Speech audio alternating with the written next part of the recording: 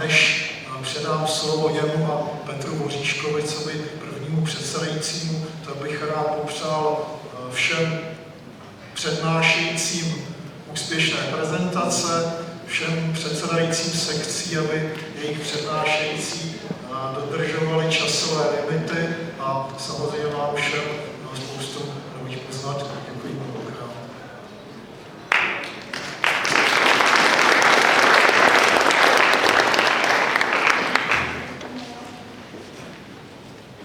Děkuji. Dobré dopoledne. Je mi velkou ctí uvádět tuto první přednášku našeho zahraničního hosta. Než mu předám slovo, tak pár slov k Rudovi Foppenovi, našemu přednášejícímu. Rud Foppen je profesorem na univerzitě v Nijmegenu v Holandsku, kde se zabývá ochranářskou biologií, specificky to, čemu říkají integrovaná ochranářská biologie, snaží se integrovat nejrůznější aspekty ochranářského výzkumu. Rud se celou svoji profesionální kariéru zabýval a zabývá problematikou výzkumu ptačích populací a výzkumu faktorů, které ptačí populace ovlivňují, zejména s přesahem do aplikované ornitologie, do ochrany přírody.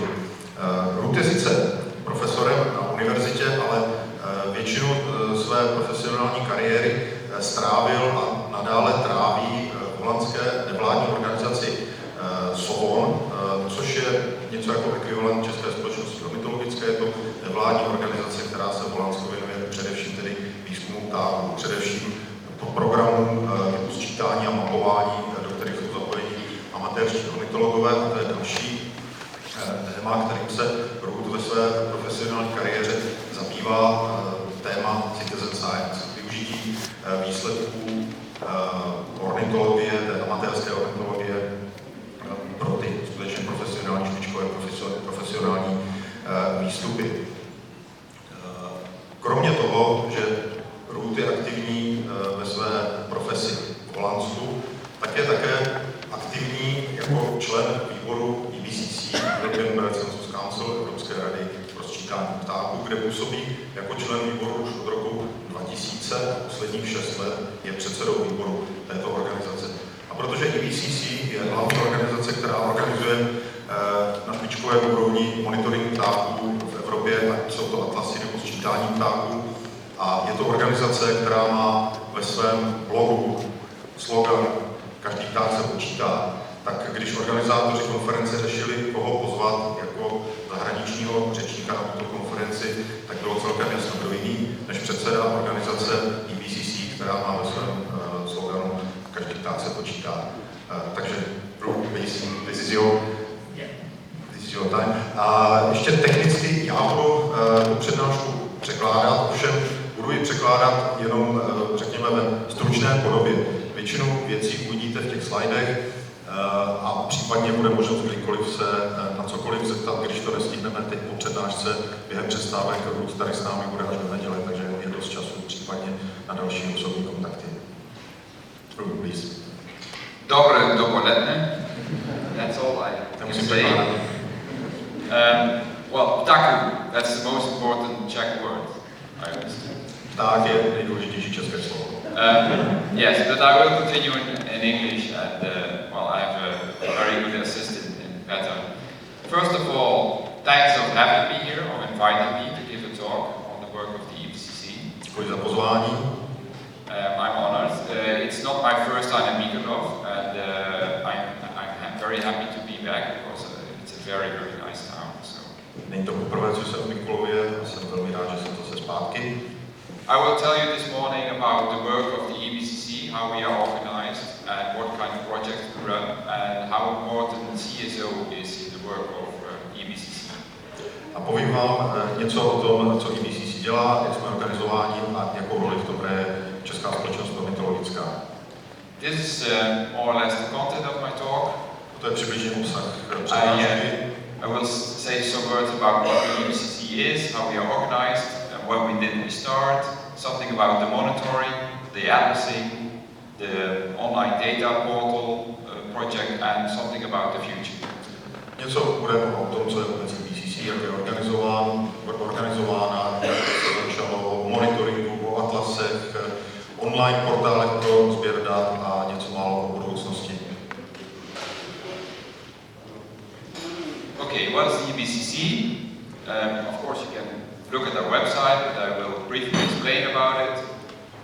It's O IPCC se dozvíte na webu IPCC. a network organization of citizen science on atlasing and monitoring birds. That's how I would describe it.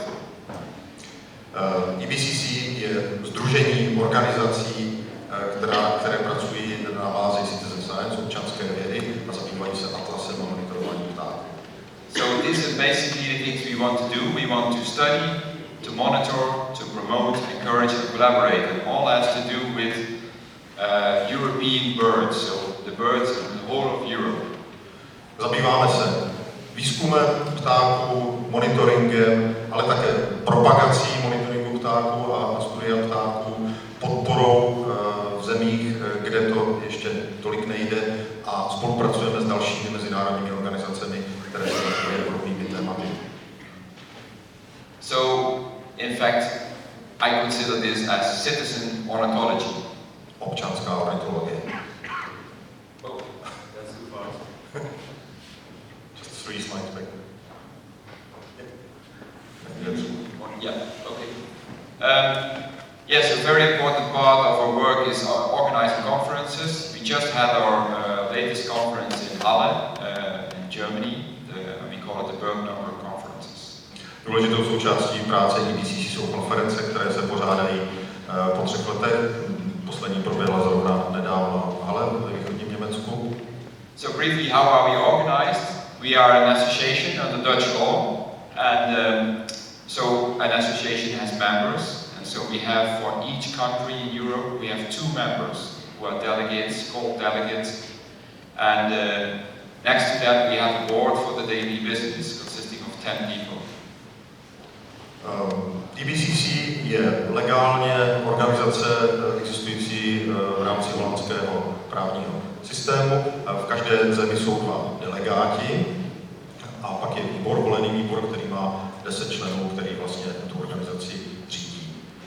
We have no staff, but we run the projects by partner organizations, and the members, they meet every 3 years at the annual general meeting during our Bird Number Conference, and our funding is basically based on projects. IPCC nemá žádné zaměstnance, členové se setkávají každé 3 roky, kde volí další vedení, stává se to na těch konferencích a financování je vlastně založeno na projektech. And I'm very proud to say that we work together with 50 countries in Europe, and I think we are one of the few organizations in the whole of Europe that accomplish this. We know of all the political problems in Europe, but we are showing that it's indeed possible to collaborate on a pan-European level. Pracujeme ve více než 50 zemích v Evropě přes všechny ty politické problémy a komplikace, které dnešní doba přináší. So, although we are an international organization, we also try to help on the national level.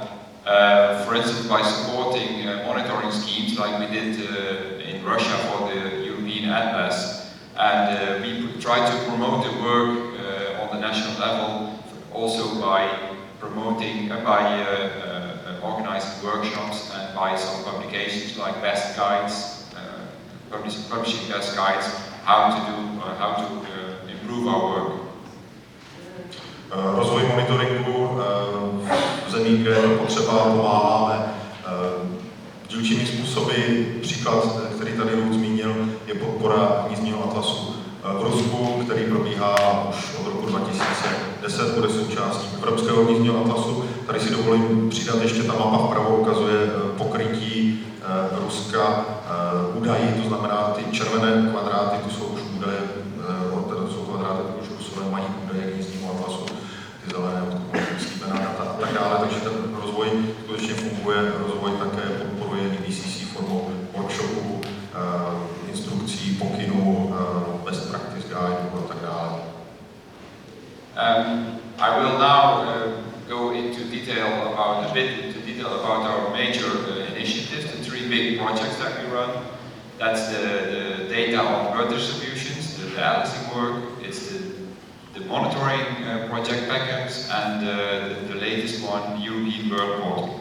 Tři hlavní iniciativy, na kterých IPCC pracuje, jsou hnízdní atlas, druhý evropský hnízdní atlas ptáků, potom evropský monitoring běžných druhů ptáků a nejnovější z nich online portály, v podstatě faunistické portály online, to, co máme u nás na WIF. So here's where it started, the first European breeding bird atlas. První evropský hnízdní atlas, Published in 1997, with a spatial coverage of all Europe, except for the parts of European Russia, some parts of European Russia and Turkey. Tehdejší atlas nepokrýval vůbec Turecko a jenom velmi povrchně některé části evropského Ruska. All species, grid size 50 by 50, and the kind of data sampling period, which in reality covered the period 70 to 95. Údaje pocházely především z 80. let, něco málo předtím a něco málo i potom. And the general method was fieldwork for the atlas and to estimate the breeding numbers in the 50 by 50 squares. Pracovalo se standardní atlasovou metodou, to znamená hnízdní kategorie pro každý kvadrát, pro každý druh a odhady početnosti pro každý kvadrát. And of course, at that time, the Czech Republic already was involved in this work. They had their own atlas, so they could easily make the contribution to the European level. And interesting, I still in my room I have these big maps with all the original forms, where the national coordinators put down the numbers per square. And this is what I found for the Czech Republic, the estimates for the population size. You recognize the name. The contact person, Carl, he was already then active and still is active in atlasing, so it's very nice, and we still have these data to show, and that's a good historical perspective. Česká republika přispívala již do prvního atlasu, protože jsme měli svůj vlastní hnízdní atlas. Tady jenom příklad těch papírových formulářů, které koordinátoři vyplňovali, když tehdy to vyplňoval Karel Šťastný s Vláďou Vejčkem, do dneška tu práci dělají. So you can find the maps nowadays on the internet. We have made them available, so you can have a look. Všechny mapy z prvního hnízdního atlasu jsou k dispozici na internetu. Yeah, there has been a lot of use of this atlas. It was a big success, and up to now it's being used for all kinds of purposes. I'm not going to mention them, but it has to do also with conservation work, and that's of course nice to see that the work really had an impact on conservation issues. První evropský hnízdní atlas našel velké využití v ochraně přírody, podklady pro evropské směrnice pro ochranu přírody ve výzkumu. Našel veliké využití, ukázal se jako velmi užitečný nástroj pro další výzkum a ochranu ptáků. One of the examples that I want to mention is that we could, on basis of the atlas, the climatic atlas, so prediction atlas was made. How are the birds distributed in 100 years' time if we face this climate change? Toto je příklad jednoho z využití speciální kniha Klimatický atlas evropských hnízdících ptáků, který používá data z prvního hnízdního atlasu a modeluje scénáře změn klimaticky vhodných habitatů, klimaticky vhodných míst pro jednotlivé ptačí druhy v závislosti na různých scénářích změny klimatu. And also it was widely used on the scientific level, and it was considered one of the highest Google citation rate of all the bird atlases in the world. So. Je to nejcitovanější atlas, hnízdní atlas na světě.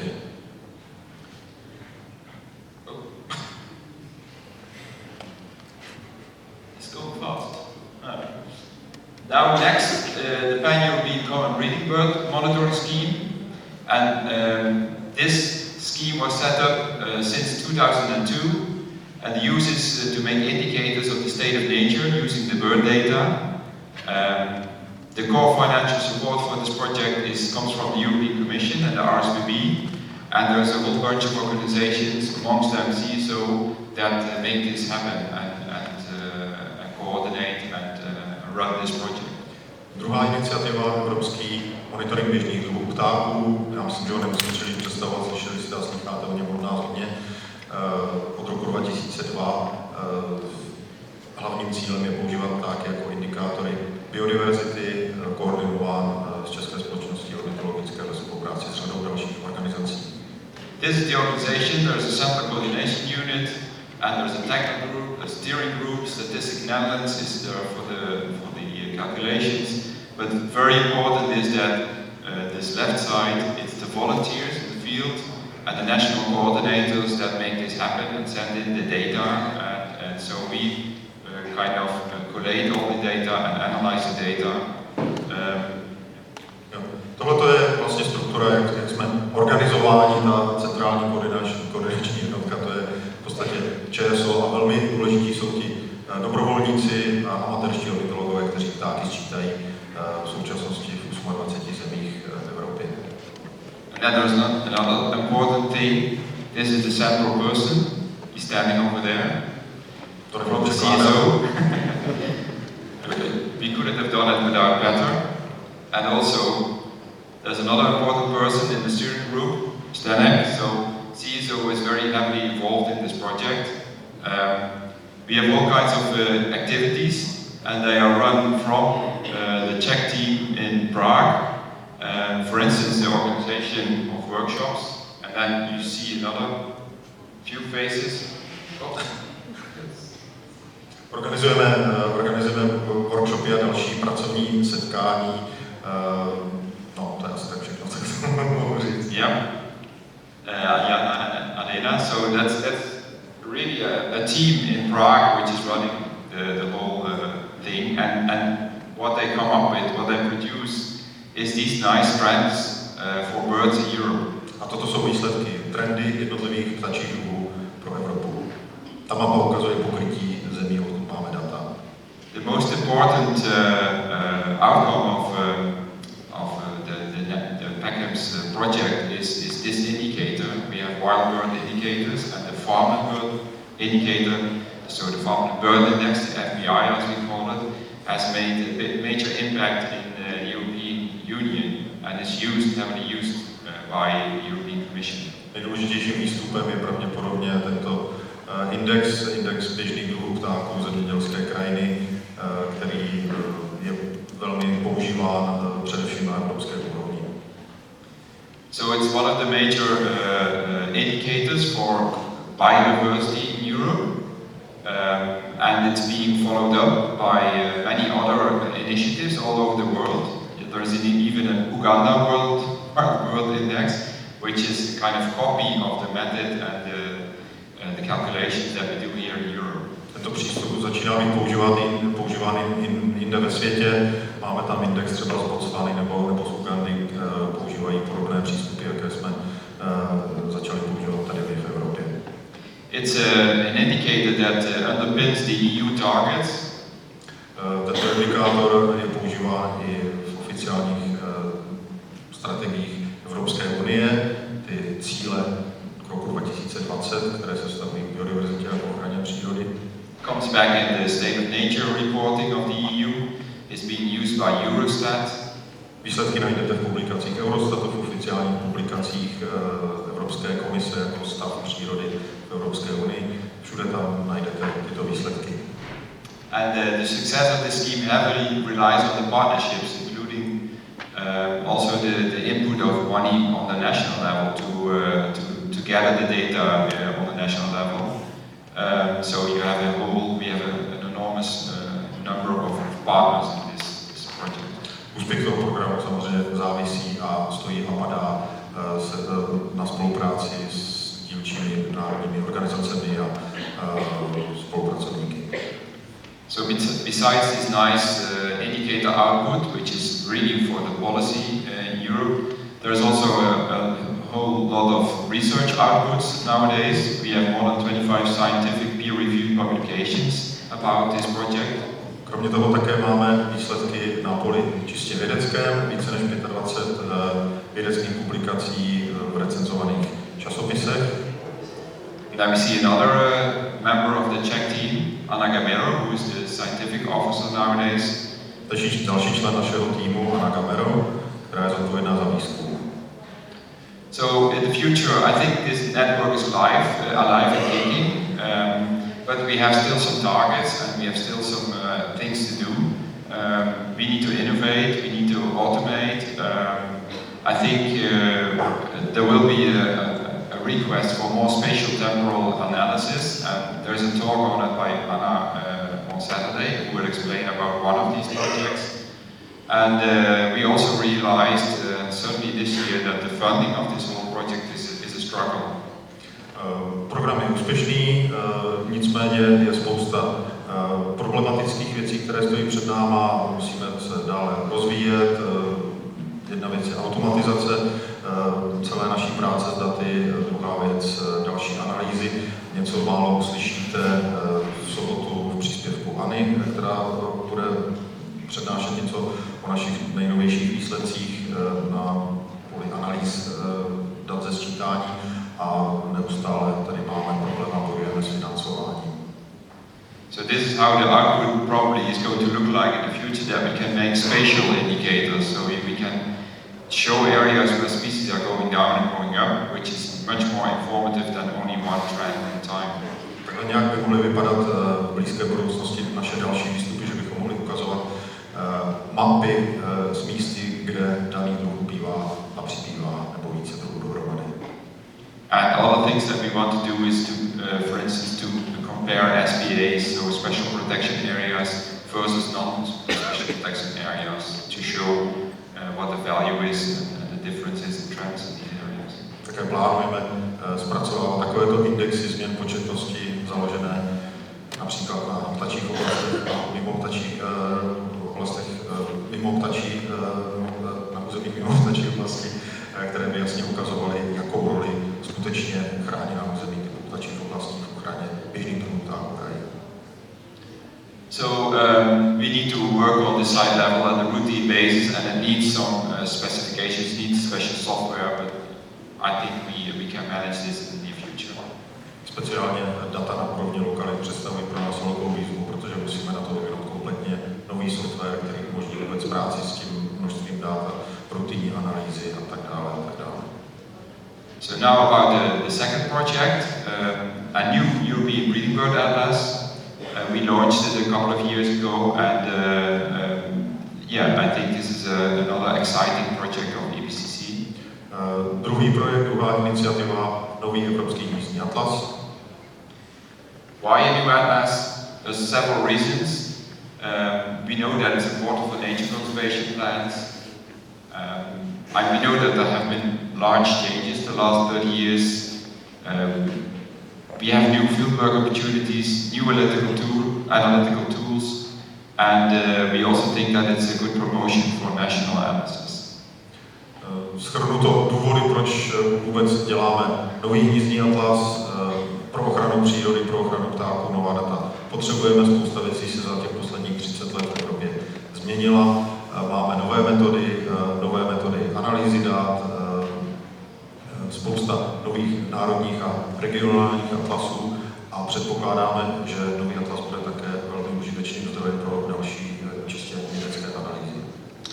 And last but not least, it's also very important for scientific analysis, and it will reinforce the information for bird conservation strategies.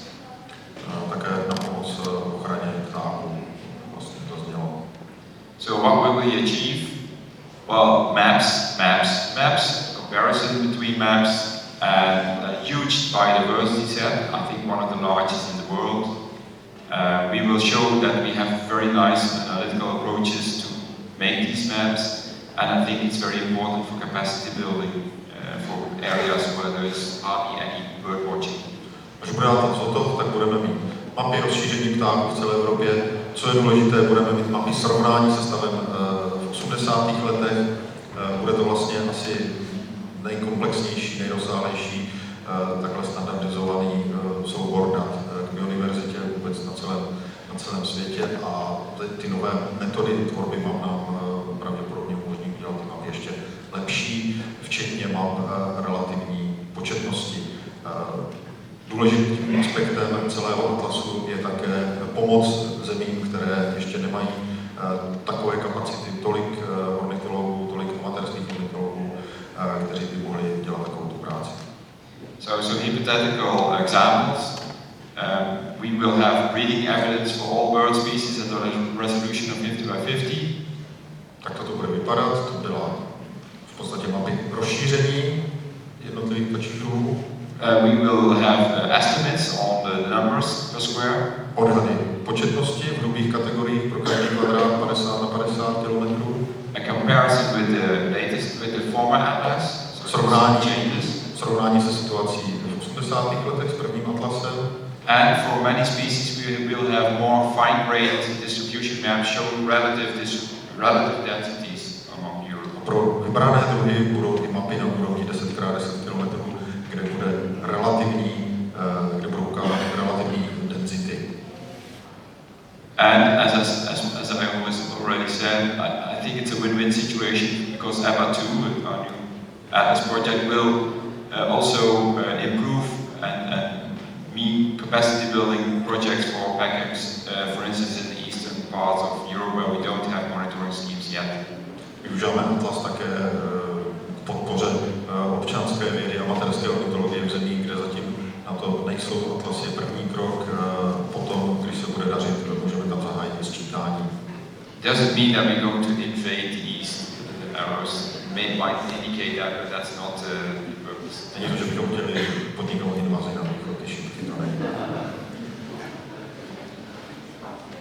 So how will the atlas be produced? Well, it's you, it's us who are doing it. National atlas coordinators are very important kernels in this whole procedure. The EBCC will do the overall coordination. We use existing data, but when we need new data, we get new data. So we go in the field and collect them. Atlas v podstatě děláte vy, ornitologové, terénní ornitologové, potom pochopitelně národní koordinátoři, kteří mají velmi důležitou roli, EBCC to celé řídí z vrchu a snažíme se využívat existující data, jak nejvíc to jde. And of course the partners of the EBCC are very important because, as I said, we don't have staff. All our work is being done by the major partners. Důležití jsou také další partneři v rámci EBCC, kteří pomáhají třeba s analýzou dat. How does it look like on a map? If you look at the people involved, important people, then you see that there is a lot of countries which contribute to the main coordination, but there are a few very important partners, which is the Swiss Ornithological Institute, it's CSO again, and it's ECO, the Catalan Ornithological Institute. Organizace, které jsou nejvíce zapojeny v koordinaci Evropského jízdního atlasu, specificky je nutné zmínit katalánský ornitologický institut v Barceloně. And there he is again. But now I also see Marina coming. She is also part of the team based in the Prague office. Marina Gibson, další člen našeho týmu. And also Jana. Teď nám vypomáhá i Jana s atlasem. So first we do the field work. We kind of said the field work period is 2013-2017. Práce v terénu probíhá od roku 2013 do roku 2017, to znamená příští rok je poslední. But many of the data already have been collected, fortunately. Many countries already have data or are busy in making a new atlas, so we combine all these data, new field data collections, the monitoring scheme data that are already being recorded, online recording schemes, recent national bird atlases, everything comes together and is being processed into maps. Nezačíná se úplně od nuly, v mnoha zemích data už jsou, nebo jejich sběr probíhá v rámci třeba národních atlasů. A to jsou všechno zdroje dat, které používáme, existující atlasy, nová práce v terénu, online portály faunistických dat, sčítání ptáků, to všechno využíváme. And fortunately, yes, there are many atlases planned, so it is stimulation for countries to start their own atlas project. Spousta zemí plánovalo už v roce 2013 svůj národní atlas, takže jsme měli na čem stavět. So, what will be the end result? There will be a book. Not everything will go online, of course, a lot of the products will go online. V roce 2020 očekávejte knihu, nový atlas. The publication will be probably ready in 2020, we strive for that. A budou také pochopitelně mapy online k dispozici, které budou interaktivní. So this is a preliminary map. We already started gathering the data. This is for the wheat ear, the northern wheat ear, and already looks very, very promising. And certainly in areas that we have never included before, like in Russia, there were sparse data. We have a great success in collecting new data. Tak to vypadá zkušební mapa na skutečných datech, byť tedy nekompletních pro bioložita šedého a ukazuje docela nadějné výsledky, speciálně zase ve východní Evropě, odkud jsme v předchozím atlase neměli prakticky žádná data, ale je to skutečně pilotní mapa, zkušební, nekompletní data jsou. So we still have a few years, and I'm pretty sure that almost everything, every part in Europe will be covered. And then this is a sneak preview of how the book could look like. Maps which show relative distribution or relative density, and of course the classical 50 by 50 map, and of course some text. Nějak si představujeme, že ta kniha bude nakonec vypadat. Have a look at the website. Podívejte se na stránky atlasu. And spend your holiday in a gap region, because we indicated on this website a tool in which you can see where still data have to be collected. And probably these data are not going to be collected by the national volunteers. It's probably us going abroad and finding out where the birds are. So. Stále máme v některých zemích mezery v pokrytí, místní ornitologové nejsou schopni všechny oblasti pokrýt, takže pokud pojedete na dovolenou, můžete se podívat na našem webu, na mapu, kde jsou ty prioritní kvadráty, kam nejvíce potřebujeme je. Jenom pro zajímavost, ty červené kvadráty jsou naopak, kam nechceme, abyste jezdili, protože to tam je bezpečné. Yeah, the colors, don't go with the red areas, please. And in the orange areas, please contact the national people. But green is all safe, go there and check out the birds. Zelené jsou v pořádku. Zatím. So the last project is the European Bird Portal project, EBP. Unraveling European-wide spatial temporal patterns of bird distribution. This is a project that is collecting online bird portal material. Toto je hlavně o sběru a využití faunistických pozorování s pomocí online portálu. All the colors on the map indicate countries which have an online portal. Ty barvy ukazují země, které mají online portál, a stejnou barvou jsou vždycky znázorněny ty, které používají stejný systém. But the different colors indicate different portals, so they are not in one database. And what EBP strives for is to collect all these data in one database. Různé země používají různé systémy a cílem této iniciativy je integrovat to a mít jednu databázi. You also have your online data portal scheme, and so it comes back also in this European Bird Portal. Takže ty data z našeho AMIFu jdou do EBP.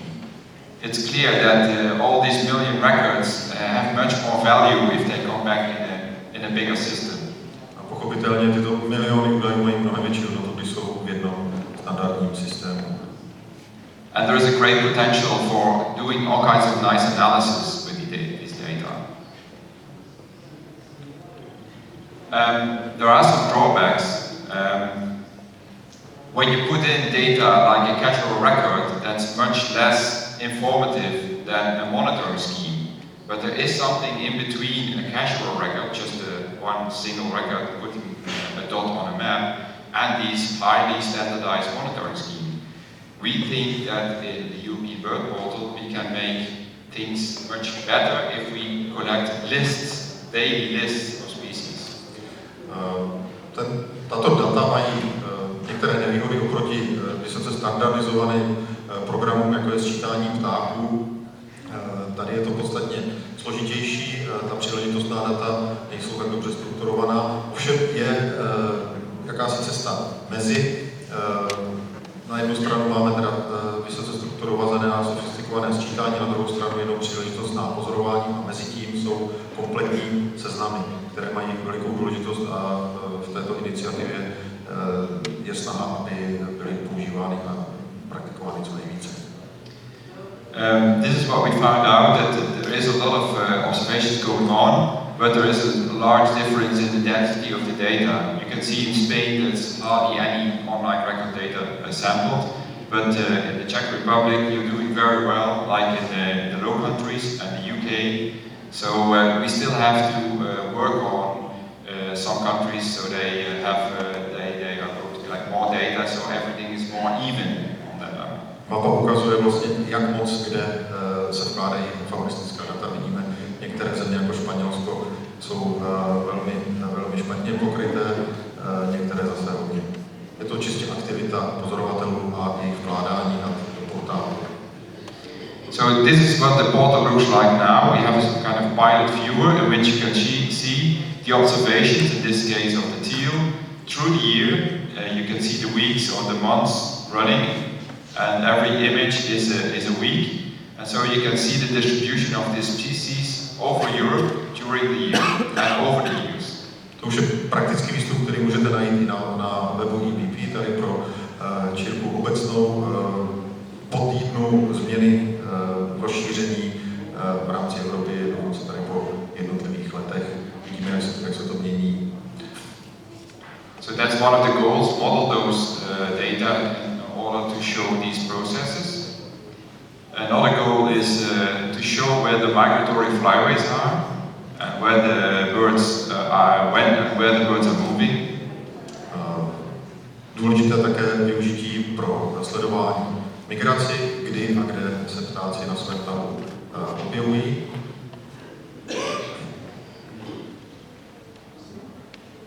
Yeah, we can also show phenological patterns. So when are the barn swallows arriving and where? Můžeme sledovat fenologii, kdy a kde se například ty vlaštovky objevují. So I was talking about the difference between a casual record and a list and monitoring data. And so one of the objectives of this project, which is being financed, by the way, by a life subsidy of the European Commission, is to increase this relevance and interest of the data collected. Takže chceme dokonce s pomocí projektu financovaného Evropskou komisí v současné době chceme zvýšit podíl dat, která budou využitelná, to znamená podíl zejména kompletních seznamů. So we try to increase the standardization and we try also to make a best practice guide for collecting these data. Chceme zvýšit standardizaci a úroveň celkově. How is it organized? Well, there are various partners in this live project, but the most important one is the Institute Catalia de Ornitologická, the Catalan Ornitological Institute. Zase několik organizací, které táhnou ten projekt dopředu, mezi nimi na prvním místě Katalánský ornitologický institut. But fortunately, we have many partners in the various countries that want to deliver or want to share their data with the European Bird Portal. So now about the future of EBCC, what is our vision? We have a number of very successful projects, and I consider EBCC as the umbrella over these projects, certainly over the last three.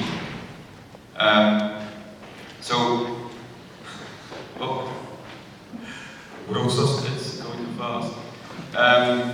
In the future, I see the EBCC as a kind of nucleus for many other projects. We have backends, we have European Bird Portal, but I would certainly consider also being involved in the European Border Bird Count Scheme and to maybe come up with a European Rare and Colonial Breeding Bird Scheme and even a European Terrestrial Winter Count Scheme. Naše vize do budoucna jsou podstatně ambicioznější. Představujeme si EBCC jako zastřešující organizaci, která bude soustředovat pod svá křídla další iniciativy i nové iniciativy, které třeba budou zahrnovat vzácné ptáky, koloniálně hnízdící ptáky, zimní sčítání a tak dále. And certainly we are not going to do that on our own. We will have partnerships, certainly with the URI, but also with Wetlands International and other organizations already involved in European work. Toto nemůžeme a neplánujeme dělat sami, plánujeme spolupracovat například s Euringem, což je asociace evropských kroužkovacích centrál. But it's quite logical that EBCC is taking a central role in many of these projects because the organizations that are part of the EBCC, they kind of do all this work anyway, so we are in a good position to be in the middle of it. So, its success of the EBCC depends on the strong partners. So there's various strong partners already. I think CSO is one of the major partners of the EBCC, and I really want to thank and congratulate CSO with its prominent role in European ornithological work. And yeah, maybe this will be the future one day for CSO, being the central and literally the center, but also as a matter of speech, the center of ornithological work in Europe. ČSO hraje významnou roli v celé této práci a možná někdy v budoucnu to centrum evropské ornitologie ve smyslu sčítání a monitoringu ptáků bude tady v ČSO. Thank you. Thank you.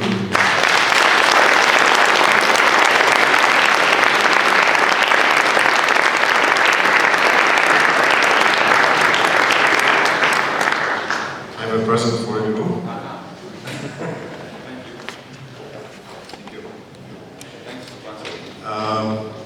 Já nevím, máme skluz časový, jednu nebo dvě otázky, pokud někdo má otázku, ale jak jsem říkal, Luc tady s námi bude až do neděle, takže máte spoustu příležitostí se s ním pobavit. Žádný dotaz? Lucka, ještě pravděpodobně nějaké technické informace. Poprosím vás,